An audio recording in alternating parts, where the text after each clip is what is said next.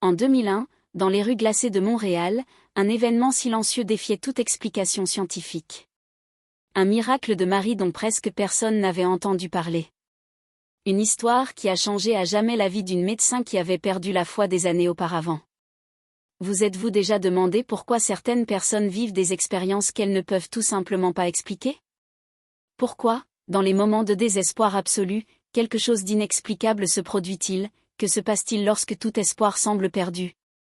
Aujourd'hui, vous découvrirez l'histoire vraie de la docteure Isabelle Dubois, cardiologue renommée à l'hôpital Sainte-Justine, qui, une nuit de décembre 2001, a vécu une expérience qui l'a amenée à remettre en question toutes ses croyances sur la vie, la mort et le divin. Cette femme de science avait rejeté Dieu après une tragédie personnelle, mais s'est retrouvée face à un miracle qu'aucun manuel médical ne pouvait expliquer.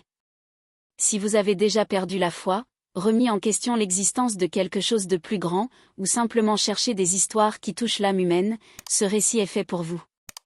Êtes-vous prêt pour un voyage qui remet en question la frontière ténue entre science et spiritualité? Avant de continuer, si des histoires de transformation spirituelle vous touchent, n'hésitez pas à aimer pour que davantage de personnes puissent découvrir ces expériences extraordinaires. Et n'oubliez pas de vous abonner à la chaîne pour recevoir d'autres histoires comme celle-ci qui pourraient vous inspirer. Maintenant, faisons connaissance avec Isabelle. Isabelle a grandi à Québec dans les années 1970, fille de Marie-Claire et de Jean-Luc Dubois, une famille profondément catholique. Tous les dimanches, sans exception, la petite Isabelle se rendait main dans la main avec sa mère à la basilique cathédrale Notre-Dame de Québec. Elle connaissait chaque vitrail, chaque statue, chaque prière en français et en latin.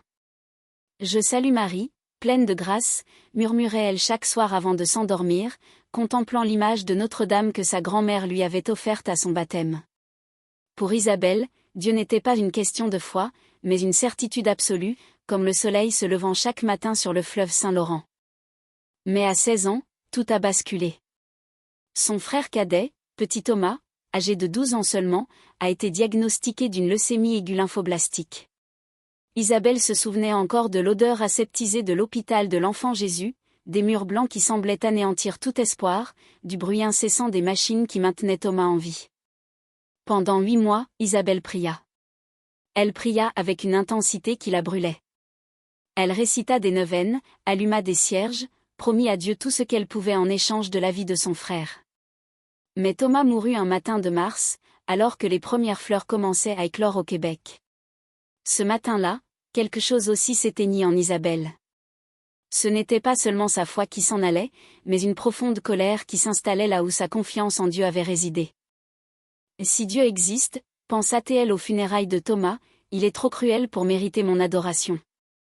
À 16 ans, Isabelle décida de consacrer sa vie à la science. Si Dieu ne sauvait pas les enfants, elle le ferait. Elle a étudié la médecine à l'Université de Montréal, se spécialisant en cardiologie pédiatrique.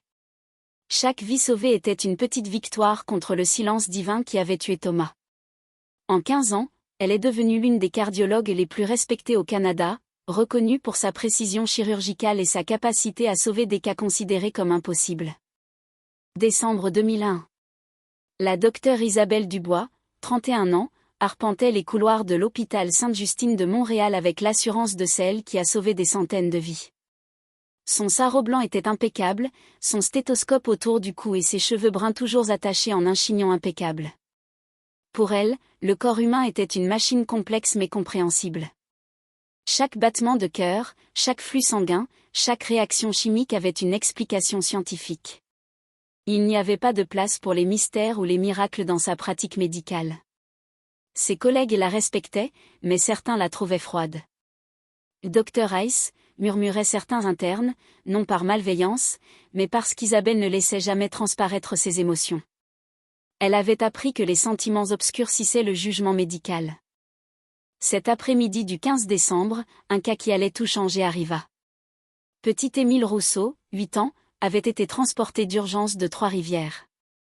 Il souffrait d'une cardiomyopathie dilatée sévère et terminale. Son cœur, de la taille d'un poing d'enfant, s'affaiblissait rapidement. Les tests furent dévastateurs, une fraction d'éjection de seulement 12%, de multiples arythmies ventriculaires, un édème pulmonaire sévère. Dans le langage médical froid qu'Isabelle maîtrisait, cela signifiait une chose, le garçon allait mourir dans les heures, voire les jours qui suivaient. On ne peut plus rien faire, a déclaré le docteur Martineau, chef de service, en examinant les scanners pour la 3e fois. Son cœur a tout simplement cessé de fonctionner correctement. Même une greffe serait impossible dans cet état. Isabelle regarda Émile à travers la vitre de l'unité de soins intensifs pédiatriques. Il était conscient, souriant faiblement à ses parents, Sylvie et Marc Rousseau, toujours à ses côtés. La scène la ramena instantanément 15 ans en arrière, dans un autre lit d'hôpital, auprès d'un autre garçon qu'elle n'avait pas pu sauver. Avant de poursuivre avec cette histoire extraordinaire, dites-moi dans les commentaires, avez-vous déjà vécu un moment où vous avez complètement perdu espoir? Un moment où la science, la médecine ou la logique n'avaient tout simplement aucune réponse? Partagez votre expérience, car des histoires comme celle-ci nous unissent dans notre humanité commune. Il était 2h30 du matin, le 16 décembre, lorsque l'alarme a sonné. Le cœur d'Émile était en fibrillation ventriculaire. Isabelle s'est précipitée aux soins intensifs, ses pas résonnant dans les couloirs déserts de l'hôpital. L'équipe de garde tentait déjà une réanimation cardio-pulmonaire. Chargé à 20 joules, hurla le docteur Benoît, l'interne de garde. Le petit corps d'Émile sursauta sous la décharge électrique, mais l'écran continuait d'afficher le tracé irrégulier qui indiquait que la mort gagnait. Plus d'épinéphrine, ordonna Isabelle en prenant les commandes. Ses mains travaillaient avec une précision mécanique, mais quelque chose se brisait à l'intérieur. Ce n'était pas un patient comme les autres. C'était Thomas, c'étaient tous les enfants qu'elle n'avait pas pu sauver, c'était la preuve que la médecine avait encore des limites insurmontables. Après 40 minutes d'essai, le protocole médical était clair, il fallait arrêter. Le cœur d'Émile s'était complètement arrêté. Il n'y avait plus d'activité électrique, plus d'espoir, selon tous les manuels médicaux. Heure du décès, 3h15, commença Isabelle à prononcer les mots qu'elle détestait le plus au monde. Mais quelque chose l'empêcha de terminer sa phrase. Elle regarda Sylvie et Marc, qui pleuraient, enlacés dans un coin de la pièce. Il regarda Émile, si petit dans ce lit, relié à des dizaines de fils et de tubes. Et puis, pour la première fois en 15 ans, Isabelle fit ce qu'elle s'était juré de ne plus jamais faire. Elle ferma les yeux et murmura, « S'il y a quelqu'un là-haut, si vous m'entendez, s'il vous plaît. Ce garçon ne mérite pas de mourir. Pas comme Thomas. » Ce qui se passa dans les minutes qui suivirent défie toute explication médicale ou scientifique. Isabelle sentit l'air de la pièce changer, comme si une légère brise entrait, mais toutes les fenêtres étaient fermées. Un délicat parfum de rose emplit la pièce, remplaçant l'odeur caractéristique du désinfectant hospitalier. Et puis elle la vit. Une femme d'une beauté indescriptible, vêtue d'une robe bleue qui semblait faite de lumière liquide. Son regard était aussi profond que l'océan, mais empli d'une compassion qu'Isabelle n'avait jamais ressentie auparavant. Elle ne prononça pas de mots, mais sa présence exprimait tout, l'amour inconditionnel, le pardon, l'espoir. Isabelle savait, sans l'ombre d'un doute, qu'elle se tenait devant la Vierge Marie. Ce n'était pas une hallucination due au stress, ce n'était pas son imagination. C'était réel, plus réel que tout ce qu'elle avait jamais vécu. Maria ne prononça pas de mots audibles, mais Isabelle entendit clairement sa voix dans son cœur. « Ma fille, tu as porté la douleur de Thomas toutes ces années. Tu pensais que je ne le voyais pas, que je m'en fichais. Mais chacune de tes larmes était une prière, chaque vie sauvée était un acte d'amour. Thomas est avec moi, en parfaite paix. Il m'a demandé de veiller sur toi, de te rappeler que le remède que tu tiens entre tes mains est un instrument divin. Tu ne l'as pas trahi, et tu ne trahiras pas ce garçon. » Isabelle sentit une chaleur indescriptible parcourir son corps. Ce n'était pas seulement physique, mais aussi spirituel, comme si chaque morceau brisé en elle était soigneusement réparé par des fils de lumière dorée. Maria tendit la main sur la poitrine d'Émile. La lumière qui émanait de ses doigts semblait pénétrer la peau, les muscles, jusqu'à son cœur arrêté. Isabelle observa, fascinée, les écrans commençaient à afficher une image impossible. D'abord, ce n'était qu'un seul bip. Puis un autre. Et encore un autre. Le CG commençait à montrer des complexes QRS réguliers. Le cœur d'Émile revenait à la vie, mais pas seulement, il se renforçait à chaque battement. « C'est impossible », murmura le docteur Benoît en vérifiant l'équipement. Les moniteurs doivent être défectueux. Mais Isabelle savait que ce n'était pas un défaut. Elle sentait la vie revenir dans le corps d'Émile, comme le printemps après un hiver rigoureux. Lorsqu'elle cligna de nouveau des yeux, Maria avait disparu, mais le parfum des roses persista quelques minutes encore. Au cours des heures suivantes, une équipe complète de cardiologues, comprenant des spécialistes de Toronto et même des États-Unis, examina Émile. Les résultats étaient inexplicables médicalement. L'échocardiogramme a révélé un cœur parfaitement fonctionnel. La fraction d'éjection était passée de 12% à 65%, des valeurs tout à fait normales pour un enfant en bonne santé. Il n'y avait aucun signe de cardiomyopathie, aucune cicatrice, ni aucun signe que le cœur ait été au bord de la mort quelques heures auparavant. C'est comme s'il avait un cœur entièrement neuf, a déclaré le docteur Martineau, examinant les scanners pour la 10e fois. En 30 ans de cardiologie, je n'ai jamais vu une telle guérison. C'est impossible. Émile s'est réveillé le lendemain matin en se demandant pourquoi il était à l'hôpital. Il ne ressentait aucune douleur, aucune difficulté à respirer et voulait jouer et courir. En moins de 48 heures, il a pu sortir de l'hôpital, ce qui aurait dû être impossible pour un enfant en phase terminale. Sylvie et Marc pleuraient de joie, incapables de comprendre ce qui s'était passé. « C'est un miracle », répéta Sylvie. « Notre-Dame a sauvé notre fils. » Isabelle ne dit rien de ce qu'elle avait vu. Comment pouvait-elle expliquer quelque chose qu'elle était encore en train de traiter? Comment une femme de science pouvait-elle admettre avoir été témoin d'un événement qui remettait en question tout ce en quoi elle avait cru pendant 15 ans? Dans le dossier médical, le cas était enregistré comme « guérison spontanée inexpliquée ». Mais Isabelle savait qu'il n'y avait rien de spontané.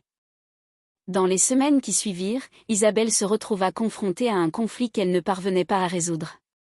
Son esprit rationnel cherchait des explications scientifiques, hallucinations liées au stress, erreurs lors d'examens antérieurs, guérisons rares mais avérées. Mais son cœur savait ce qui s'était passé. Elle commença à tout remettre en question. La science et la foi étaient-elles vraiment incompatibles? Sa colère contre Dieu l'avait-elle aveuglée face à de plus grandes possibilités? La mort de Thomas avait-elle une signification qu'elle n'avait jamais comprise? Comment concilier ce que j'ai vu et ce que j'ai appris, se demandait-elle pendant ces longues nuits de garde. Comment puis-je continuer à être médecin et accepter l'existence de forces au-delà de la médecine? Lors de ses visites matinales, Isabelle observait ses collègues avec un regard différent. Le docteur Martineau récitait sa prière silencieuse avant chaque intervention. Elle avait toujours considéré cela comme une superstition. L'infirmière Catherine portait une médaille de Sainte Thérèse sous son uniforme. Le docteur Benoît portait une petite croix dans la poche de sa blouse. Peut-être savait-il quelque chose que j'avais oublié, pensa Isabelle. Peut-être que la médecine n'a pas besoin de renier le divin pour être efficace. Elle a commencé à rechercher des cas similaires dans la littérature médicale. Elle a découvert des dizaines de rapports de « guérison spontanée inexpliquée » dans des revues réputées. Le New England Journal of Medicine avait publié des cas défiant les explications scientifiques conventionnelles. Isabelle commença à fréquenter l'oratoire Saint-Joseph de Montréal. Au début, elle observait simplement, assise au fond des bancs, essayant de comprendre ce qu'elle ressentait. Ce n'était pas la foi aveugle de son enfance, mais quelque chose de plus mûr, de plus questionnant, mais de plus réel. La première fois qu'elle entra dans la basilique depuis 15 ans, c'était un dimanche de janvier. L'orgue joua l'Ave Maria de Schubert, le même chant qu'elle avait chanté dans la chorale d'enfants. Les larmes lui vinrent naturellement, non pas de tristesse, mais d'un soulagement dont elle ignorait avoir besoin. « Peut-être que je pourrai revenir », murmura-t-elle en regardant l'image de Notre-Dame. Et non pas comme la jeune fille que j'étais, mais comme la femme que je suis devenue. Elle a commencé à lire des articles sur des cas documentés de guérison inexpliquée, sur le lien entre spiritualité et médecine, et sur des médecins qui intégraient foi et science à leur pratique. Elle a découvert qu'elle n'était pas seule, de nombreux professionnels de santé avaient vécu des expériences similaires. Le docteur Richard Sloan, de l'Université Columbia, a beaucoup écrit sur le rôle de la spiritualité en médecine. La science n'exclut pas le mystère, affirmait-il, elle nous aide à mieux le comprendre. Peu à peu, Isabelle a compris que son expérience avec Maria n'annulait pas sa formation médicale, mais la complétait.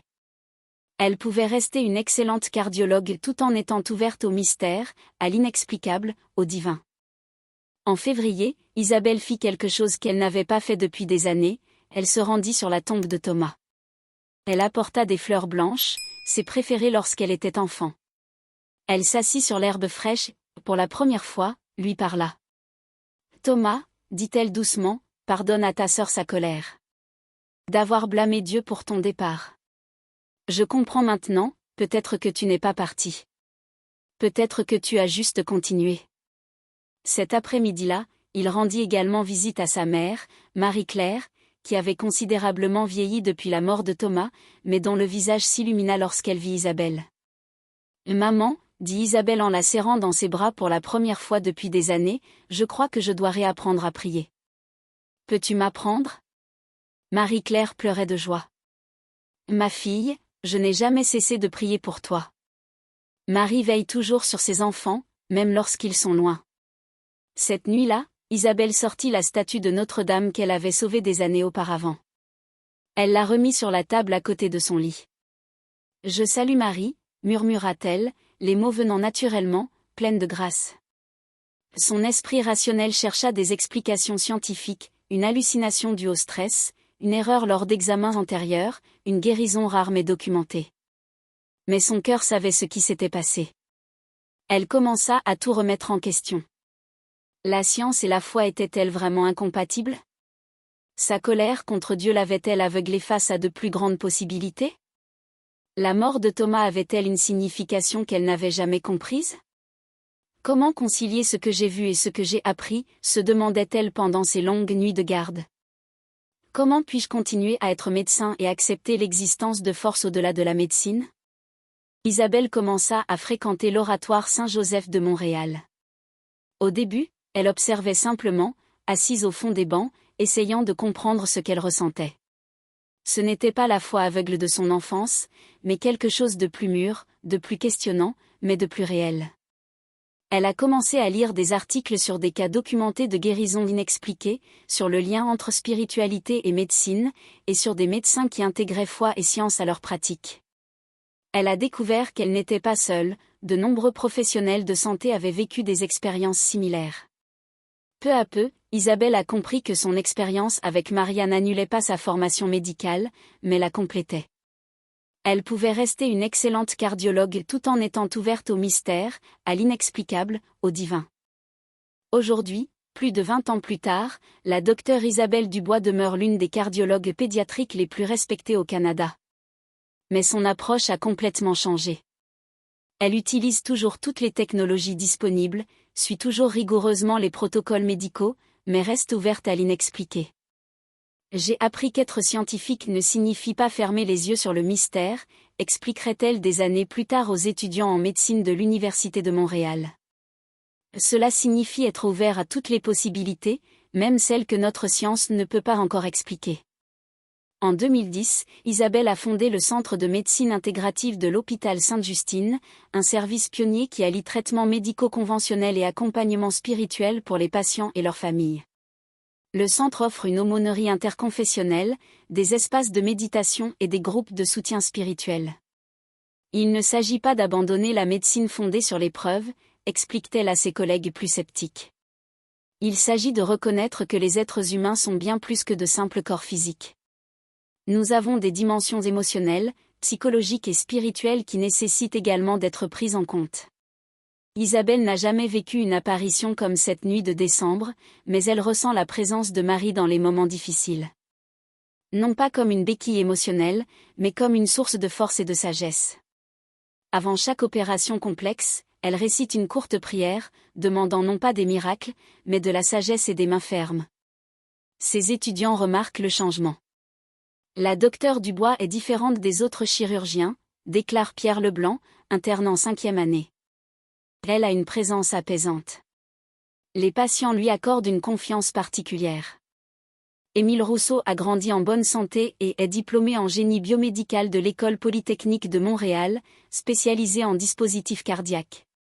L'ironie n'a échappé à personne, le garçon sauvé par un miracle cardiaque a consacré sa vie au développement de technologies pour sauver d'autres cœurs. En 2018, Émile a fondé une entreprise de biotechnologie spécialisée dans le développement de valves cardiaques artificielles pour les enfants. Sa première invention, une valve qui grandit avec le patient, a révolutionné le traitement des malformations cardiaques congénitales. Je sais que j'ai été sauvé par miracle, a déclaré Émile lors d'une entrevue accordée au Journal de Montréal en 2020. Mais je sais aussi que la science et la foi peuvent s'allier. Ma technologie peut être l'instrument que Dieu utilisera pour sauver d'autres enfants. Il épousa Anne-Sophie, également ingénieure, et ils eurent 3 enfants. Tous naquirent avec un cœur en parfaite santé, mais Émile ne considérait jamais cela comme acquis. À chaque échographie prénatale, Anne-Sophie et lui priaient ensemble. Lui et Isabelle entretiennent des liens étroits. Chaque Noël, Émile lui envoie une lettre de remerciement pour sa vie, accompagnée de photos de famille. Isabelle les conserve toutes dans un dossier spécial dans son bureau. Docteur, dit-il à Isabelle lors de leur visite de suivi après 20 ans, je sais qu'il s'est passé quelque chose de spécial cette nuit-là. Je ne me souviens peut-être pas des détails, mais mon cœur se souvient de la gratitude. Voici l'histoire qu'Isabelle a partagée uniquement avec ses proches pendant des années. Une histoire qui montre que foi et raison ne sont pas forcément ennemis, que science et mystère peuvent cohabiter et que nous recevons parfois des réponses inattendues. En 2015, Isabelle a décidé de documenter son expérience dans un livre intitulé « Entre science et sacré, un parcours médical ». Ce livre est devenu un succès de librairie au Canada francophone et a été traduit en plusieurs langues. Tous les profits sont reversés à la recherche en cardiologie pédiatrique. Je n'ai pas écrit ce livre pour convertir qui que ce soit, explique-t-elle. Je l'ai écrit pour montrer que nous pouvons questionner, douter, chercher des preuves, tout en restant ouverts à la transcendance. Aujourd'hui, à 53 ans, Isabelle continue d'opérer, d'enseigner et de faire de la recherche. Ces dernières recherches portent sur les effets de la méditation et de la prière sur la récupération post-opératoire des enfants atteints de maladies cardiaques. Les premiers résultats sont prometteurs, montrant une réduction des séjours hospitaliers et une amélioration du taux de satisfaction des familles. La science commence à valider ce que les traditions spirituelles ont toujours su, dit-elle. Le corps, l'esprit et l'âme sont intrinsèquement liés. Si cette histoire vous a touché, aimez-la et partagez-la dans les commentaires. Croyez-vous qu'il existe des forces inexpliquées par la science?